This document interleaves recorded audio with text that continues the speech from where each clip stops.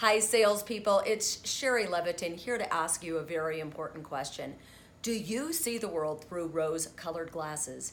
Do you see the glass as half empty or half full? Well, we've all been told the power of positive thinking, but turns out new brain research shows that when you see the world through rose-colored glasses, you actually make more sales. People ask me in my business all of the time, Shari, what are the attributes of top salespeople? How do we as a company hire top performers? Well, I talk about 5 attributes, but I will tell you, one of the most important attributes is something I call constructive delusion. It came from an NPR interview.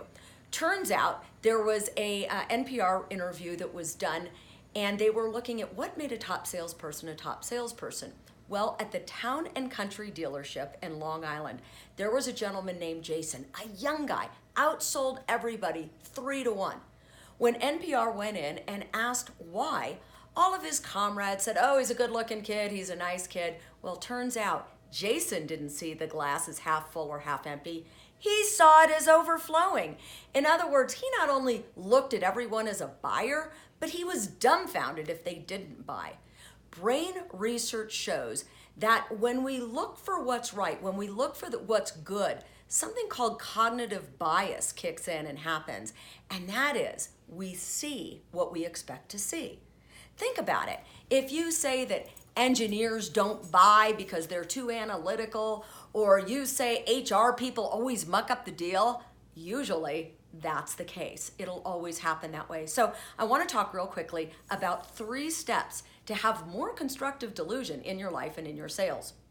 Number 1, and now let me also just say, I'm not talking about taking unqualified customers. I'm talking about assuming they qualify, assuming you've done your due diligence. Number 1, look for what's right. Anybody can love the lovable. It's the superstar that can love the unlovable. It's easy to love the rich, the qualified, the fabulous, but look for one great thing about your customer. And I'm not talking about a nice ball cap. I'm talking about something internal. Look for the fact that they may have a good smile, or that they're great parents or a great boss, and compliment them on it. So number 1, love the unlovable. Number 2, begin with trust. You've heard for years in sales that you need to build trust, but most people, salespeople, don't understand that in order to earn trust, trust starts with you trusting them first. Turns out oxytocin, the trust hormone, is released when we put our trust in another person first. So assume your customer's going to buy. Trust them, trust what they say. Now this may sound crazy, and I know you're gonna get burned, but I will tell you, when you trust somebody first, they get feel-good hormones, and research shows they'll actually spend more money with you. Number 3, third step to constructive delusion. What you wanna do, and this is hard, this might be the hardest for salespeople, look for the good in yourself. Marty Seligman, the father of the positive psychology movement, tells us that if we always look for the bad in other people and in ourselves, if we beat ourselves up when we miss a deal, we're just gonna feel lousy and we're not gonna be able to pull ourselves up.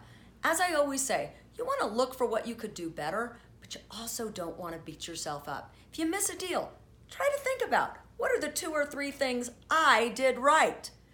3 steps to constructive delusion and seeing the world through rose-colored glasses. Have a great week.